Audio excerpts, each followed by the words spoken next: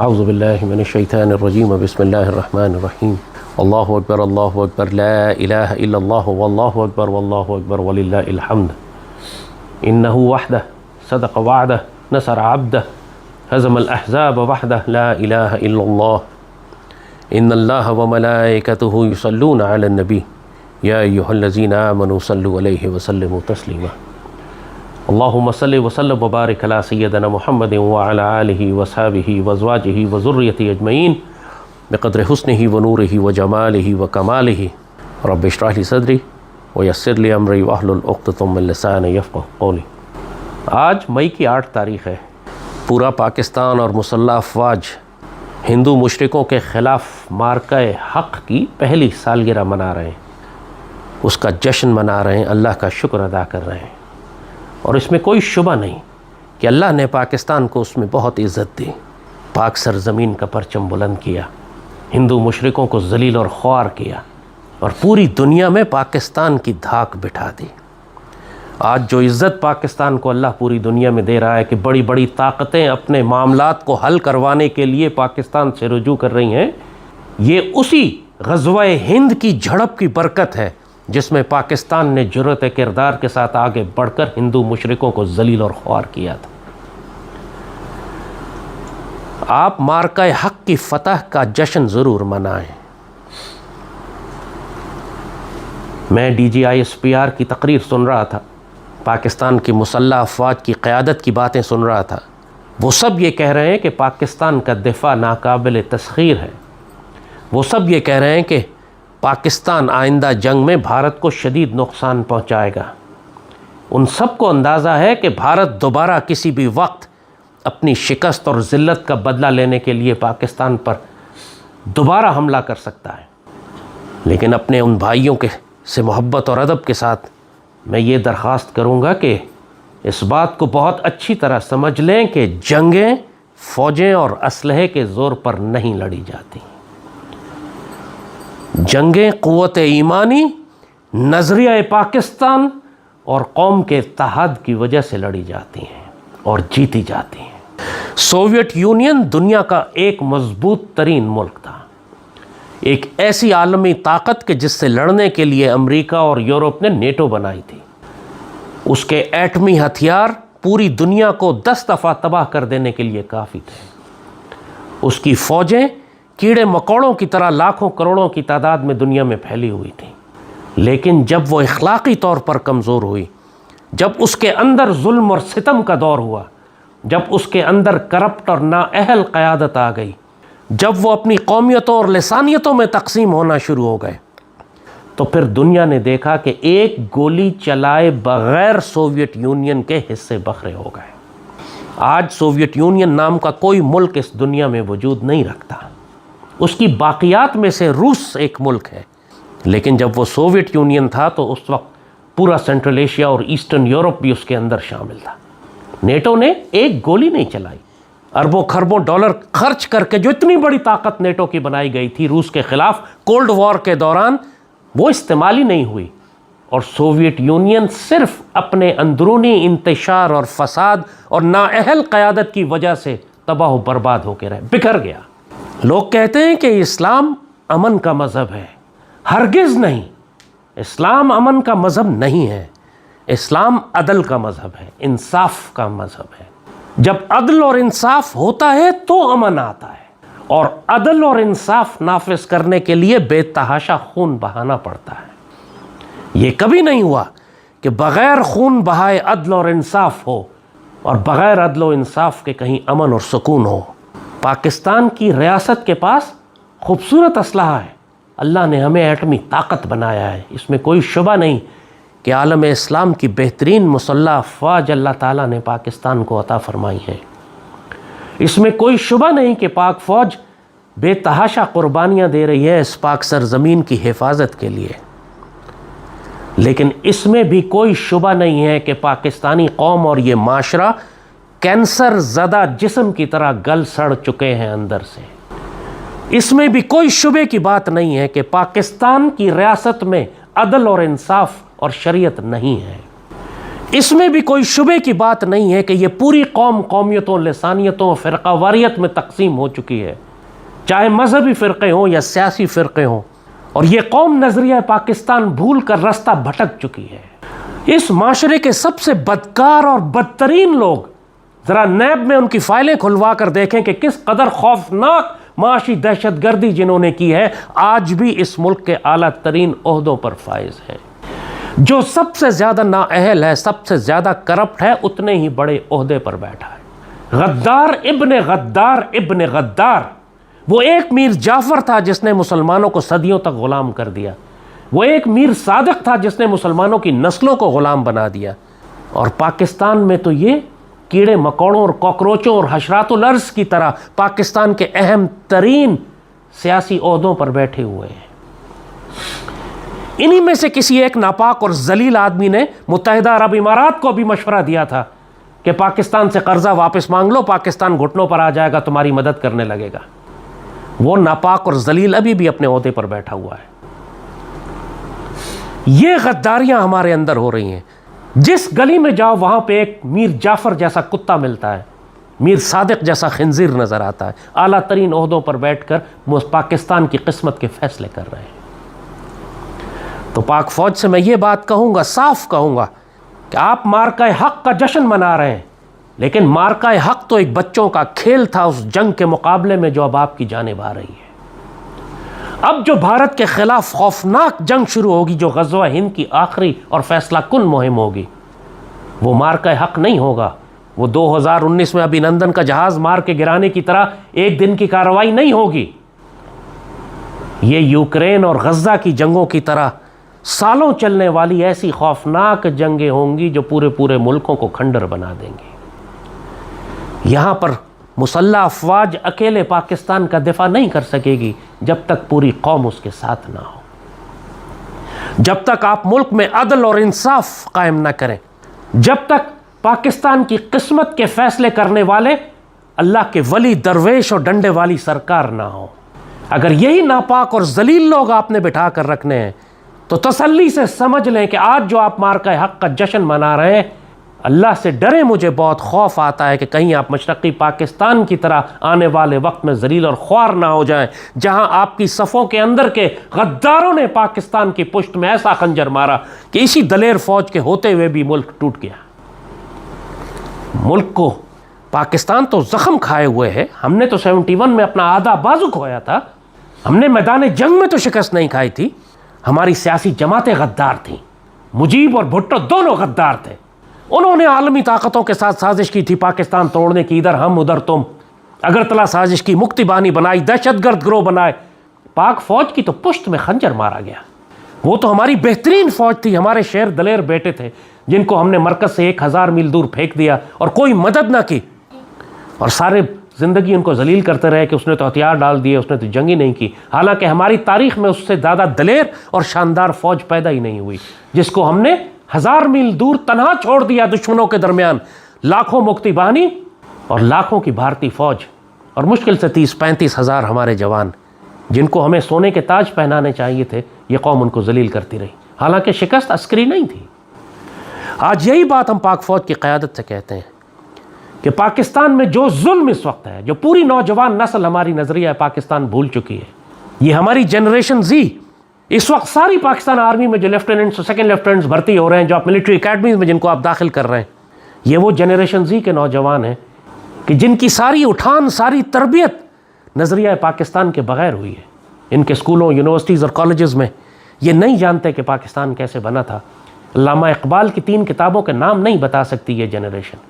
یہ تو اس نسل کا حال ہے، اور جو پاکستان کے عدالتی نظام کا حال ہے، ان للہ و انا الیہ راجعون۔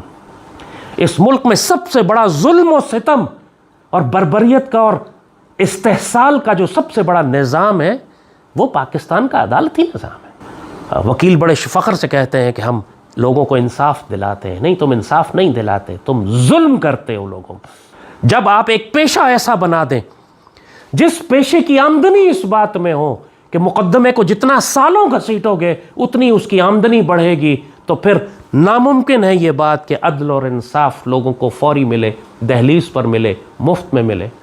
اور شریعت کے مطابق ملے، یہ ممکن نہیں ہے۔ جب تم ایک معاشی نظام ایسا بناؤ گے جس کی اللہ اور اس کے رسول صلی اللہ علیہ وآلہ وسلم کے ساتھ جنگ ہے، یہ سود اور ربا کا اور بینکنگ سسٹم اور یہ بینکر سود خور، انگریزی میں نام بینکر ہے نا، اردو میں اس کا نام سود خور ہے، ربا خور، ربا کھانے والا۔ جب تم معاشی نظام اس طرح کا بناؤ گے جس سے اللہ اس کے رسول کی جنگ ہے، اور پھر تم یہ توقع کرو کہ ملک میں معاشی استحکام آئے گا، ملک میں معاشی عدل آئے گا، تو پاگل تو تم خود ہو۔ اللہ سود خور کے بارے میں قرآن میں لکھتا ہے یتخبط الشیطان من المس، یہ ایسے جانور ہیں کہ جن کو شیطان نے چھو کر پاگل کیا ہوا۔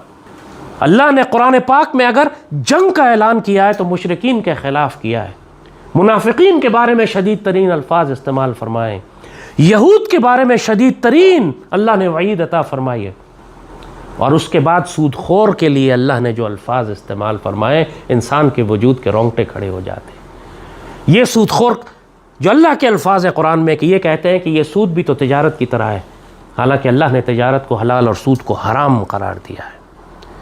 آپ خوارج کے خلاف جنگ کر رہے ہیں کیونکہ اللہ اس کے رسول نے ان کے خلاف اعلان جنگ کیا ہے۔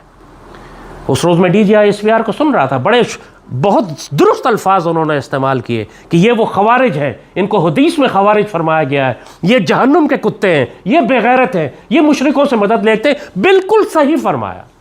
مگر یہی الفاظ اللہ نے سود خور کے لیے بھی تو استعمال فرمائے، اس معاشی دہشت گرد کے لیے بھی تو استعمال فرمائے ہیں کہ جو پورے مسلمان معاشرے کا خون نچوڑ رہا ہے۔ شریعت میں حکم ہے چور کے ہاتھ کاٹو، کیا پاکستان میں آج تک کسی چور کے ہاتھ کاٹے آپ نے؟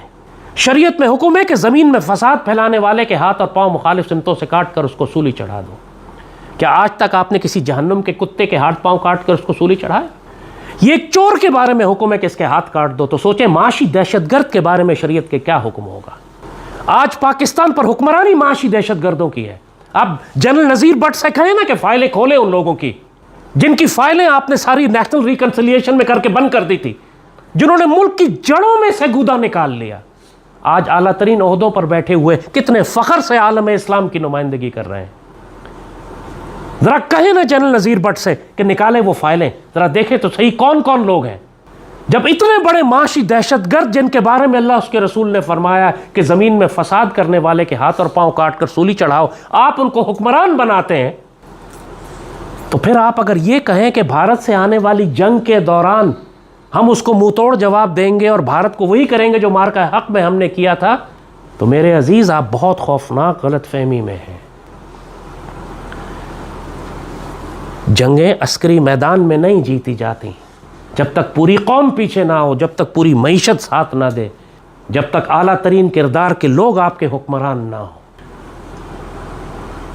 آپ کا یہ خیال کہ جنگیں صرف ہم فوج جیت لے گی دشمن کے خلاف جا کے، جب بمباری شہروں پر ہوگی، جب پوری قوم آزمائی جائے گی، اس وقت پتہ چلے گا یہ قوم آپ کے ساتھ کھڑی ہے یا نہیں۔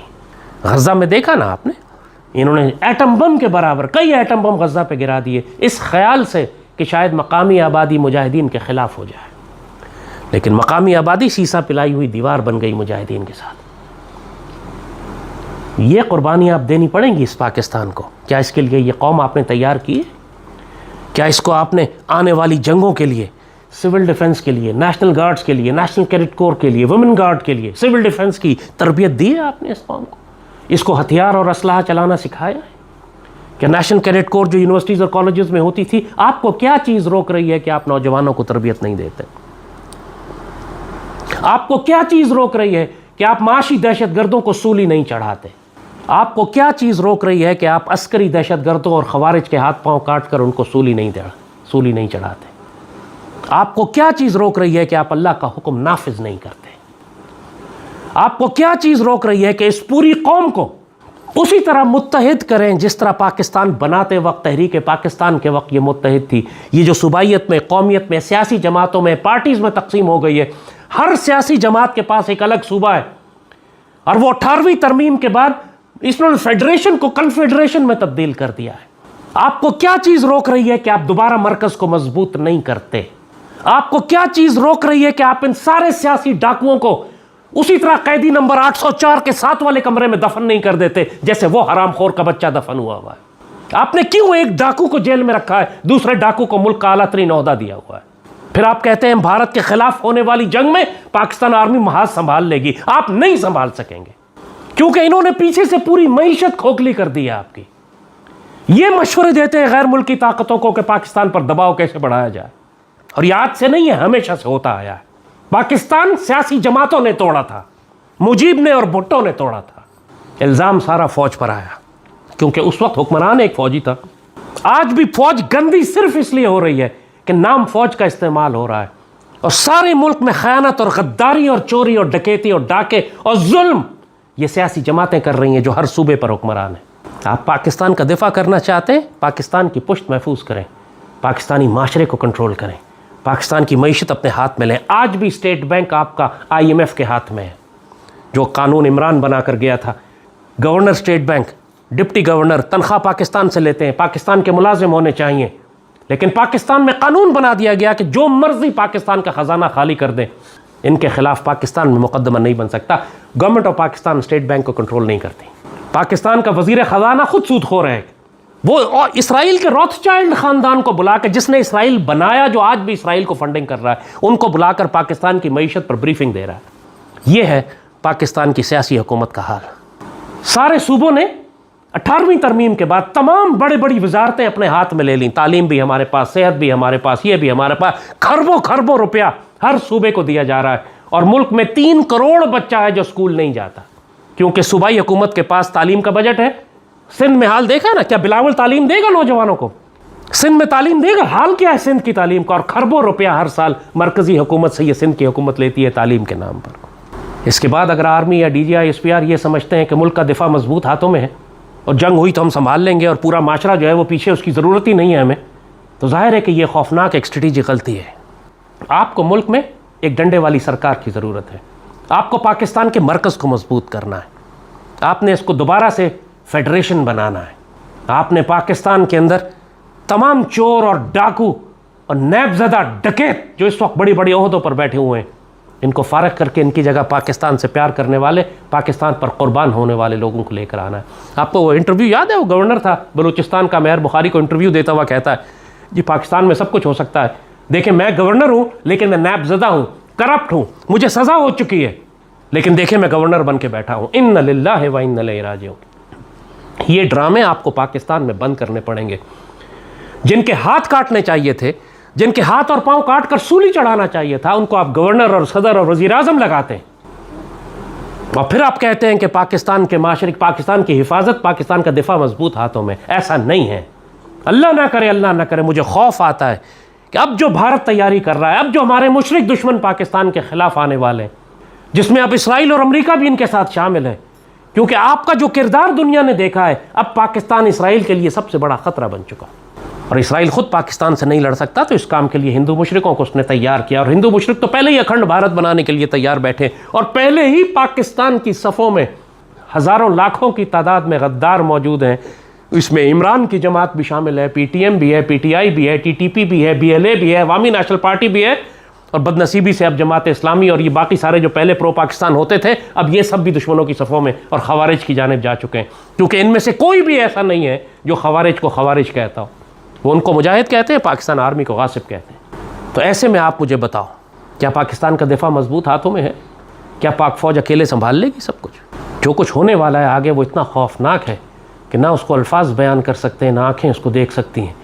اللہ نے تمہارے سامنے یوکرین اور غزہ کی جنگیں رکھی ہیں، شام اور عراق اور لیبیا رکھا ہے، صرف تمہیں یہ دکھانے کے لیے کہ جو کچھ اب آنے والا ہے وہ اس سے زیادہ خوفناک ہوگا، کیونکہ اب پاکستان اور بھارت 2 ایٹمی طاقتیں آپس میں جنگ کریں گی. تو پاکستان کے حکمران اور خصوصاً فوج کی قیادت سے ہم کہتے ہیں کہ اسلام امن کا مذہب نہیں ہے، عدل کا مذہب ہے. آپ کو عدل نافذ کرنے کے لیے اگر لوگوں کے ہاتھ پاؤں کاٹ کر ان کو سولی چڑھانا پڑے تو دیر نہ کریں، ورنہ اللہ نہ کرے ہمارے ہیرے جیسے بیٹوں کے ہاتھ پاؤں کٹیں گے اور وہ سولی چڑھیں گے، اور ان کو سولی چڑھانے والے مشرک اور خوارج ہوں گے. آپ اگر ملک میں عدل قائم نہیں کر سکتے تو پھر ہلاکو خان آ کر کھوپڑیوں کے مینار بنائے گا. جو اس وقت پاکستان کے اندر صورتحال چل رہی ہے، آپ کا میڈیا جو مرضی تماشا لگائے کہ معیشت بہت اچھی ہے، دنیا میں ہمارا بہت نام ہے، حقیقت اپنی جگہ پر ہے کہ ملک میں ظلم ہے، عدل اور انصاف نہیں ہے. ناپاک اور پلیت لوگ جن کو شریعت کے مطابق سولی چڑھانا چاہیے تھا، وہ بڑے بڑے طاقتور عہدوں پر بیٹھے ہوئے ہیں. ملک میں سود اور ربا کا نظام ہے، عدالتیں ظلم کر رہی ہیں، عوام سخت پریشان اور تکلیف میں ہے۔ یہی سود کا نظام ہے جس کے خلاف اللہ اس کے رسول نے جنگ کی ہے۔ یہی ظلم کا نظام صرف تم اپنی آنکھوں سے دیکھو تو تمہیں نظر آئے کہ کیوں حکومت ایک مزدور جو سارا دن گدھا گاڑی چلاتا ہے اور شام کو اپنے بچوں کے لیے دودھ خریدتا ہے، اس کے 100 روپے کے دودھ پر بھی 30 روپے حکومت ٹیکس لیتی ہے۔ کیوں؟ کیونکہ ایک سود خور کو ٹیکس ادا کرنا ہے، ایک سود خور کو سود ادا کرنا ہے۔ اس لیے یہ سود سے اللہ اس کے رسول کی جنگ ہے۔ اتنا بڑا ظلم ہے یہ، اتنا بڑا ظلم ہے یہ۔ جو غریب ملک ہوتے ہیں ان کے حکمران قرضہ لیتے ہیں، قرض ادا نہیں کر سکتے تو غریبوں پر ٹیکس لگاتے ہیں، جیسے پاکستان میں ہو رہا ہے۔ اور یہ امیر ملک جب قرضہ لیتے ہیں، امریکہ جیسا جس نے بذات خود پیچھے سود خوروں سے قرضہ لیا ہوا ہے، فیڈرل ریزرو جو یہودیوں کا بینک ہے، جب یہ امیر ملک قرضہ نہیں ادا کر سکتے، طاقتور ملک قرضہ نہیں ادا کر سکتے، تو پھر یہ پوری دنیا میں جنگیں کرتے ہیں وسائل پر قبضہ کرنے کے لیے تاکہ سود خور کا سود ادا کر سکے۔ اسی لیے وینیزویلا کے تیل پر اس نے قبضہ کیا، ایران کے تیل پر قبضہ کرنا چاہتا ہے، عراق کے تیل پر قبضہ کیا، شام کے تیل پہ قبضہ کیا، لیبیا کے تیل پہ قبضہ کیا۔ یہ وسائل کی جنگ شروع ہو جاتی ہے پوری دنیا میں، چونکہ امیر ملک جو طاقتور ہیں پھر وہ پوری دنیا میں جنگیں کرتے ہیں تاکہ وسائل زیادہ کمائیں، تاکہ سود خور کو سود ادا کیا جا سکے۔ ہر جنگ کے پیچھے تم کو سود خور ملے گا، ہر جنگ کے پیچھے تم کو ایک بینکر ملے گا۔ یہ بینکر جو بڑا معزز پیشہ پاکستان میں سمجھا جاتا ہے، ان کے بارے میں اللہ اس کے رسول نے فرمایا ان سے میری جنگ ہے، یہ سود خور ہے، یہ پرائیویٹ بینک۔ سب سے پوری دین کی جو حکمت ہے، دین کی جو وزڈم ہے معیشت کی اور اکانومی کی، کہ دولت کو چند لوگوں کے ہاتھوں میں جمع مت ہونے دو۔ اور پرائیویٹ بینکر کیا ہے؟ پورے پاکستان میں ایک پرائیویٹ بینک، اس نے برانچز کھولی ہوئی ہیں، پورا پاکستان اپنی دولت اس پرائیویٹ بینک میں اس ایک سیٹھ کے ہاتھ میں جمع کرا رہا ہے۔ اب وہ ایک سیٹھ اتنا طاقتور ہو گیا ہے کہ اب حکومت پاکستان اس سیٹھ کے پاس آتی ہے اربوں خربوں روپیہ قرض لینے کے لیے۔ آپ سوچیں حکومت پاکستان پرائیویٹ بینکوں سے کتنا قرض لیتی ہے، ذرا فگرز دیکھیں، خربوں میں جاتے ہیں۔ اور یہ پرائیویٹ بینکر آپ کو لالچ دیتا ہے کہ میں آپ کو سود دوں گا 10%، فکس ڈپازٹ کریں، میں آپ کو 10% سالانہ پہ سود دوں گا۔ آپ بڑے شوق سے سود کھانے کے لیے کہ میری آمدنی بڑھے گی، اس کے پاس اپنا 1 کروڑ روپیہ رکھوا دیتے ہیں۔ وہ اس 1 کروڑ میں سے کہتا ہے سال کے بعد میں آپ کو 10 لاکھ روپے سود ادا کروں گا، اور خود 40% پر وہی آپ کا پیسہ حکومت پاکستان کو قرضے پہ دے دیتا ہے۔ حکومت پاکستان گھوم کر آپ ہی پر ٹیکس لگاتی ہے کہ اس نے وہ 40% سود ادا کرنا ہے اس پرائیویٹ سود خور کو۔ آپ سمجھتے ہیں آپ 10 لاکھ روپے سالانہ سود کما رہے ہیں۔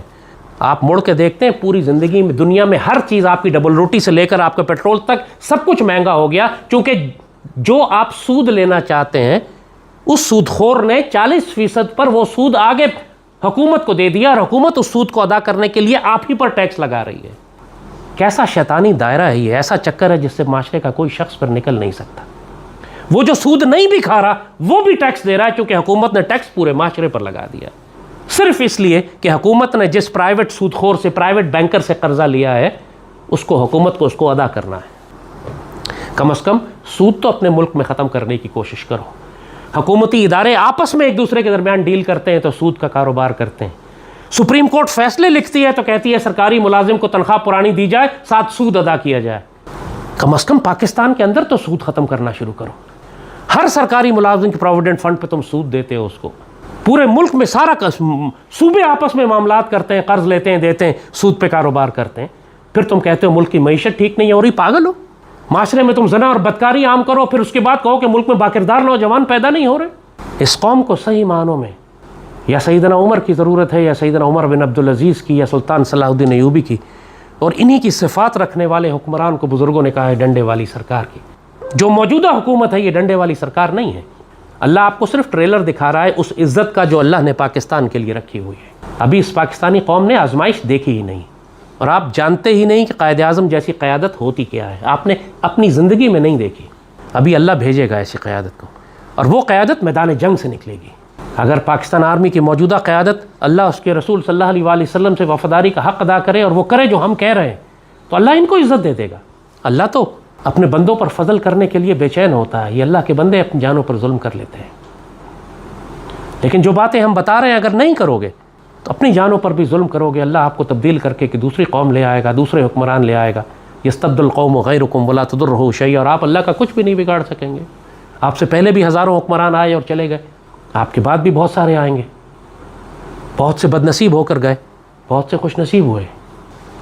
یہ آپ کا نصیب ہے کہ آپ خوش نصیب ہوتے ہیں یا بد نصیب ہوتے ہیں۔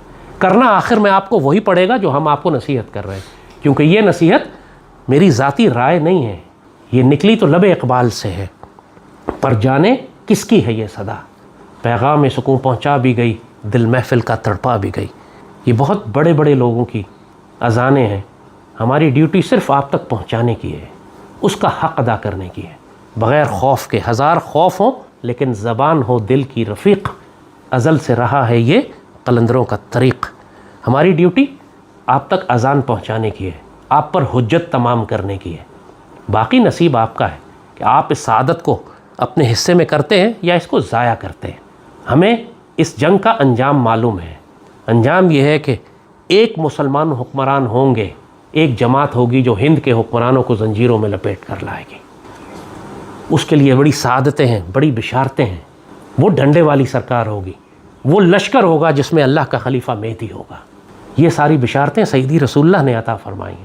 ہمیں کوئی پریشانی نہیں ہے کہ کون زبردستی اقتدار پکڑتا ہے، کون کسی سیاسی جماعت کے راستے سے آتا ہے، کون کتنے بڑے عہدے پر بیٹھ جاتا ہے۔ یہ جو اللہ کے فیصلے ہیں وہ ہو کر رہیں گے۔ خوش نصیب وہ ہیں جو اپنے آپ کو اللہ کے فیصلے کا حصہ بنا لیں گے، جو اپنی مرضی کریں گے اور یہ سمجھیں گے کہ ان کے پاس قیامت تک وقت ہے، تو انتظار کر لو، فتربصوا، انتظار کرو، ویٹ، ہم بھی تمہارے ساتھ انتظار کر رہے ہیں، اور اللہ بہت جلد اپنا فیصلہ لے کر آنے والا ہے۔